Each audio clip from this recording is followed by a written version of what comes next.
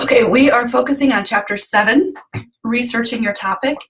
Now, your text does have a lot of information about, a lot of tips about working with librarians and how to best have them help you, and those are really important to follow if you're going to be working with a librarian. But the rest of this information is for when you do research on your own. Research is really important. It can help you learn new things. It can let you see different sides of an issue. And it's just a scholarly investigation into a topic in order to discover, revise, and report facts, theories, or applications. So research is really important. And all of your tenure track faculty members do research. I research death and dying and interpersonal communication and computer-mediated communication. And what that means is I study things on Facebook and texting and Twitter, and I love my job because I get to research these cool things. So we do have 3 functions of research. The first is when discovering occurs when people conduct some kind of study and find something completely new. So that's called discovering, when you find something new. The second function is revision, and this occurs when people revise existing facts, theories, and applications. So something that's already there, you're going back, you're researching, and you're just revising what happened because you found something a little different. And then the third function is reporting. And reporting happens after you accumulate information about a topic and report it to others. So after you get all this information, you want to tell people, you want to report it. Now there are 3 end results of research then. First, a fact is a truth arrived at through the scientific process. The second, a theory is a proposed explanation for a phenomenon. Or third, researchers might often look for new applications for something that already exists. So we might have a fact, a theory, or a new application. We have various types, we have a few types of primary research, and primary research is the research that you do, you yourselves. First we have surveys or questionnaires, and surveys or questionnaires are when you conduct are a type of primary research in which you collect facts, figures, or opinions. And for a survey, you should ask 4 questions. Do you know what you want to ask? Do you really need to collect data yourself? Do your participants know the information you want to find out, and will they tell you? And is your goal generalizable? So before you conduct a survey, you need to ask yourself those 4 questions to see if you really do need to be conducting this survey. And with generalizability, this is defined as when we attempt to survey a small number of people in the hopes of representing a much larger group of people.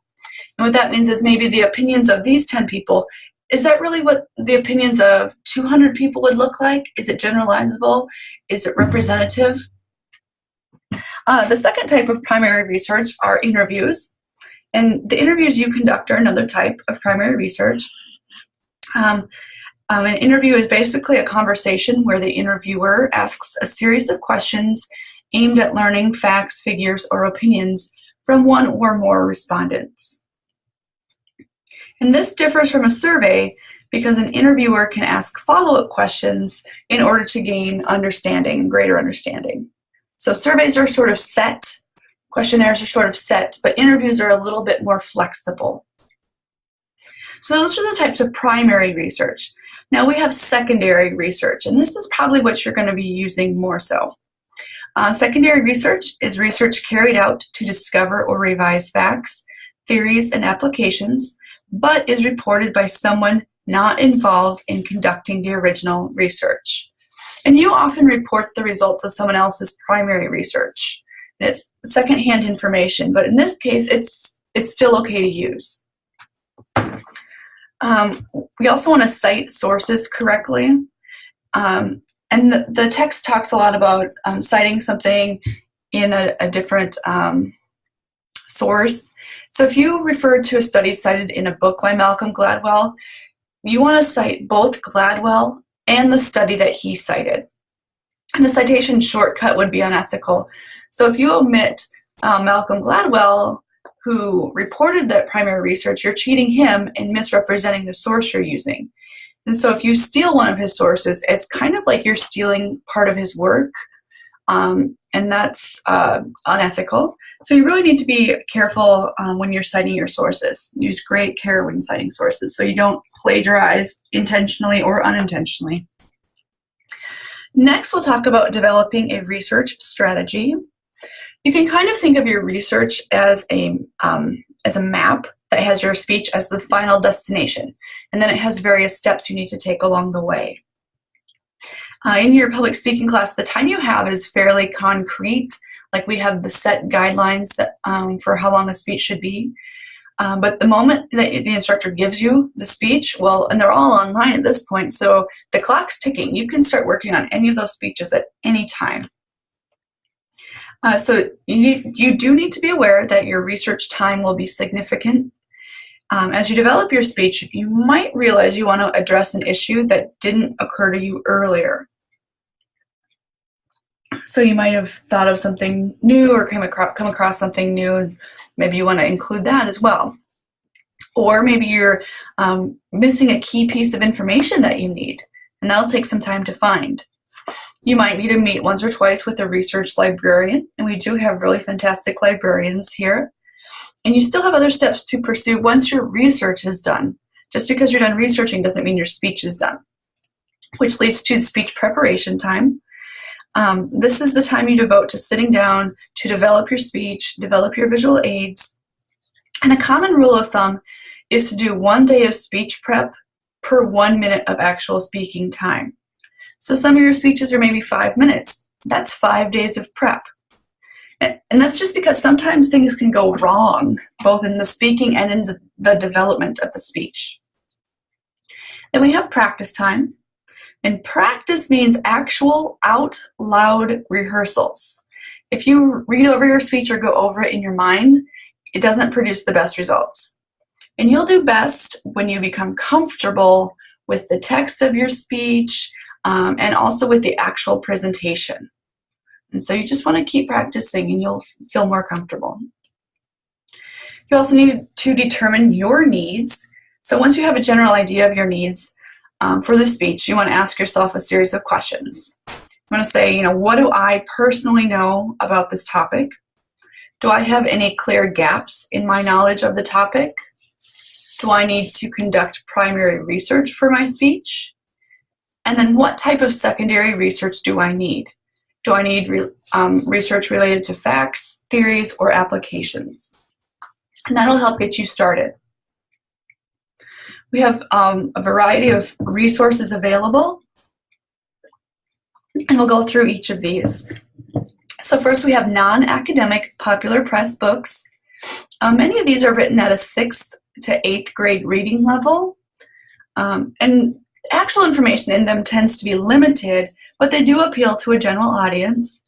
And these texts are often highly opinion-oriented and not based on sound academic research. So you might not want to rely heavily on the non-academic popular press sources.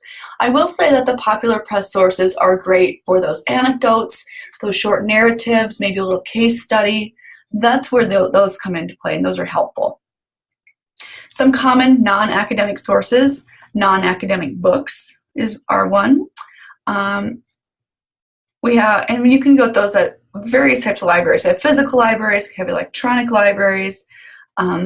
Sometimes we have even free full-text documents, which is great. But non-academic books are the basic, I always call them airport books, things on the New York Times bestseller.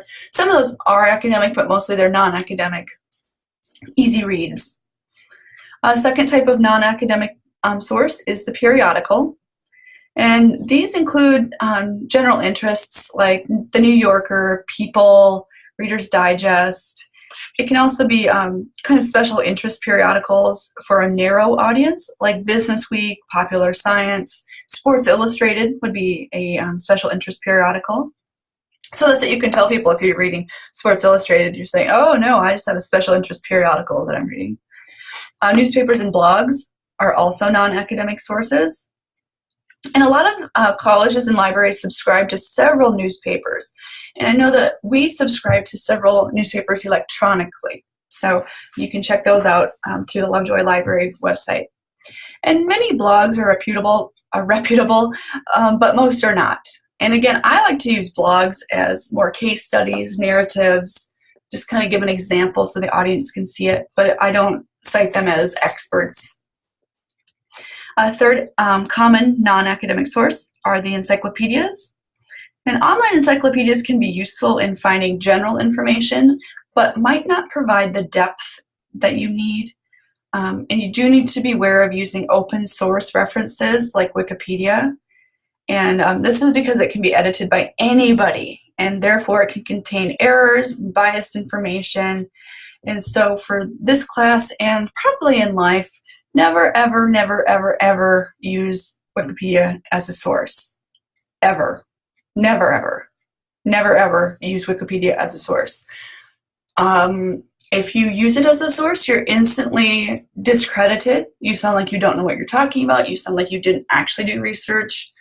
But I will say, if you're looking at Wikipedia to get some good ideas for topics, and that is what it's useful for, you can scroll down to the bottom to see the references that they cite, and then go to those references and see what the reference says. And then you can cite that reference, because that's generally probably going to be a periodical. The fourth type of non-academic source are the websites. And they contain a great deal of information, but often it's not the information you're looking for. And so you need to select an appropriate search engine to find appropriate information. And by this point, I'm hoping that you know how to use Google to find appropriate information. Put things in quotations if you want that specific phrase. Use minus signs if you want to disclude particular words, that sort of thing. So a second type of resource are the academic resources. And academic information sources have the best probability of providing accurate information that has been reviewed by experts. Academic sources are tough to publish. If I want to publish something academically, I send it to a journal. The editor sends it to two people, and they don't know who I am, and I don't know who they are. We don't include names. And they review it, and then they send it back with their notes, and they say, well, the method was flawed, or I need to have more information about the results, or I need more of a discussion, and then I fix it, and I send it back. And they might send it back and forth a few times, or if it's terrible, they just outright reject it, and it doesn't get published. So the academic sources are much, much more likely to provide accurate information because we have a lot of people checking on it. Yeah, and just like the non-academic, we have various types of academic sources. The first are scholarly books, and we have textbooks written about specific areas of content within fields of academic study. These are usually very specifically focused, but written at a relatively easy reading level. They're written primarily for other academics to use in their research, and they're sometimes called scholarly books, and there are hundreds of thousands of these books. You just have to know where to look and what part of the library to be looking in. Second, we have scholarly articles. These are much shorter than books and are a source of the best and most recent research. They are written for a scholarly audience, so they take some time to read and kind of get through. Many contain statistics, and this requires special training for you to understand them. However, in the abstracts of these scholarly articles, it tries to break it down a little bit more easily so you can understand it a little bit more clearly. A third type of source is the computerized database. And these usually follow specific themes like business, engineering, medicine. And you can narrow your research and avoid wading through hundreds of research papers that don't address your needs. So when I study communication-based things, I use the Communication and Mass Media Complete database to search for information that would be useful and relevant to me. Then the fourth type of academic source are websites. There is a wealth of scholarly information on the web, so you have to pick and choose the best information. However, as you know, anyone can post something on the internet, but fortunately some websites do attempt to sort out irrelevant sources And one site that I really like to use is Google Scholar, and it's just scholar.google.com. If you're on a campus computer, it automatically links to the Lovejoy Library's information and what we have available to you. Or if you're off campus, there's a setting you can go in and add SIUE's library as your home library, and then you just sign in with your EID and password, and then you can access that. Okay, moving to strategies for conducting research. First, you want to start with background information. You want to get that background information written for general public, which can then help you learn the basic vocabulary of that subject area. And then you can move to more specific technical or academic information. You might also want to search your library's computers. That's the second point, or second strategy. We have online tutorials to help you. Research librarians can help you. You want to try to search a lot of the different databases. So even though I use Communication Mass Media Complete, I might also use ERIC because that's a very broad database. I use psychology and sociology databases as well. And quite honestly, I use Google Scholar a lot because I have interdisciplinary interests, and so that helps me kind of get the broad strokes. Then you want to learn to skim is the third strategy. You're not going to be able to read everything, so you need to learn to skim. You know, read the introductory paragraphs. Look for highlighted, italicized, or bulleted information. Look for tables and charts, graphs, figures. Look at headings and subheadings. And then you want to take good notes while you're skimming to help you kind of sort out that information. The next thing you want to do is read bibliographies and reference pages. If you find something that's really helpful, flip to the last couple pages and look at their bibliography. And sometimes those pages can lead to even better sources of information. And this is called backtracking. That's where research uses a printed bibliography or reference page to find other useful research materials and then find those cited materials yourself and cite those in your speech. And finally, ask for help. Librarians are our friends, so let's use them. But if you do use a librarian, remember to be prepared and follow the strategies discussed in the text. So after you have found some research, you want to evaluate them. And you want to check on the following 5 characteristics of the source when you're evaluating. First, check on the date of publication. Helps you locate the most recent information. Helps you identify historical perspectives if that's what you need. Secondly, you want to evaluate the author's name and credentials. And so you can determine if the author is a scholar or an expert or just an opinionated person. You can also figure out who might have a commercial, political, religious, or other bias. The third thing you want to check on is the publisher. So you can see if it's an academic press, mainstream press, or just some fringe publisher trying to sound authoritative. Many websites have a frequently asked questions section that kind of explains who the publisher is. And this is one of the ways you can guard against using sources that have a hidden agenda. The fourth characteristic you want to look at is the academic versus non-academic source. Like I said, academic sources undergo scholarly scrutiny, and you can generally rely on academic sources. However, some sources are non-academic even if the author has received a PhD. And one example is Men Are From Mars, Women Are From Venus. This book was written by a PhD. He went through everything. The author went through everything. It sounds scholarly. They even keep saying, I have a degree in this, I have a degree in this. But most of what the author says is actually at odds with the findings of academic research. So the book says, you know, men and women are completely different from each other, but research shows that men and women are actually more similar than they are different. So this is a really frustrating book because popularly people believe now that men are different from women, completely different from women, and not so much really. So you really want to use those academic sources when you can. And then the fifth thing you want to evaluate is the quality of the bibliography or reference page. Are other scholars citing the same work you're reading? And if you keep seeing the same source popping up in other things you're reading, that might be a key source that you want to be sure to include in your speech. The next thing we'll need to talk about is how to cite these sources. We use APA for citing sources. I know that in high school you probably learned MLA, and that was for English class.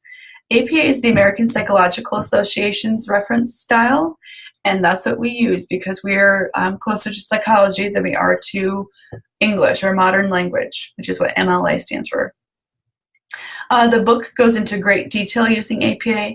I also heavily recommend using the Purdue OWL. And I do have a link on Blackboard, and there's a link in your note-taking guide if you're following that.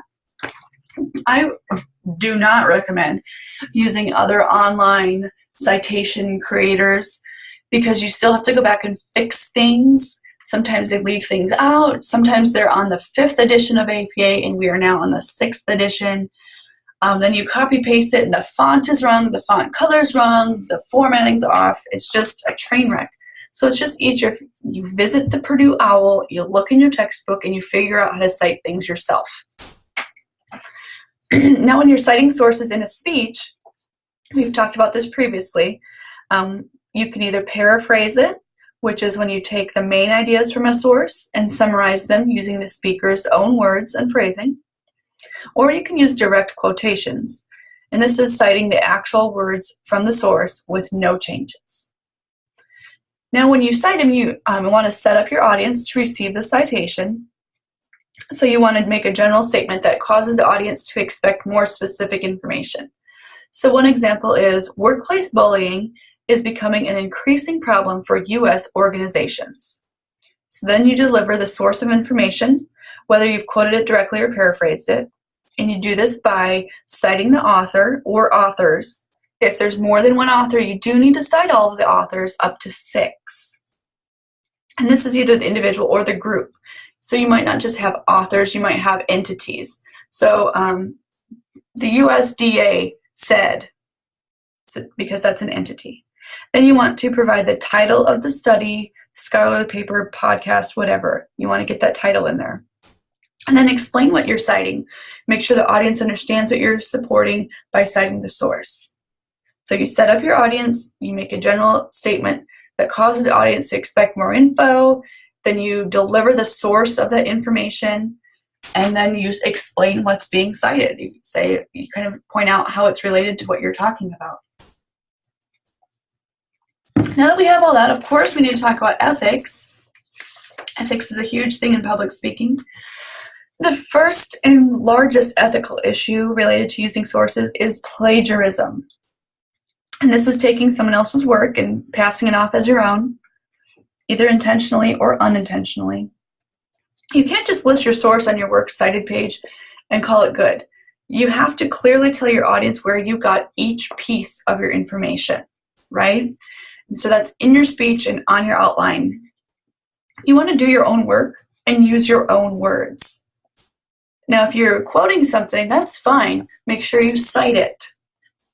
Allow yourself also enough time to research the assignment.